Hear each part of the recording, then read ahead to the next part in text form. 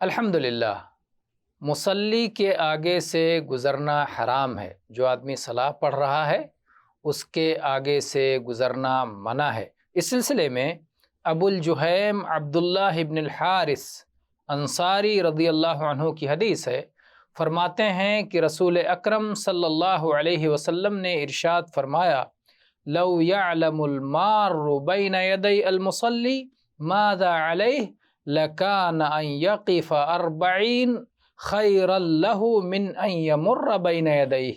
قال الراوی لا ادری قال 40 یوما او 40 شہرا او 40 سنہ۔ یہ حدیث متفق علیہ ہے کہ اگر مصلی کے آگے سے گزرنے والے کو یہ معلوم ہو جائے کہ اس پر کتنا گناہ ہے تو 40 تک کھڑے رہنے کو گزرنے سے بہتر سمجھے گا۔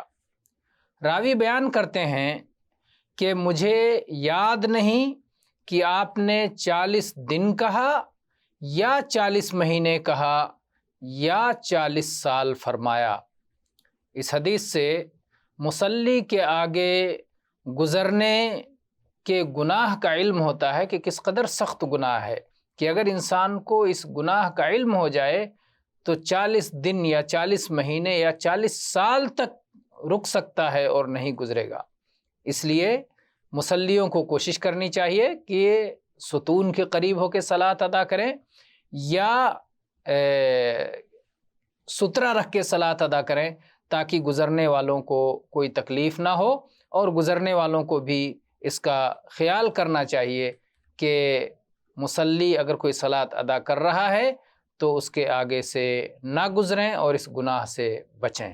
واللہ تعالی عالم، والحمد للہ رب العالمین۔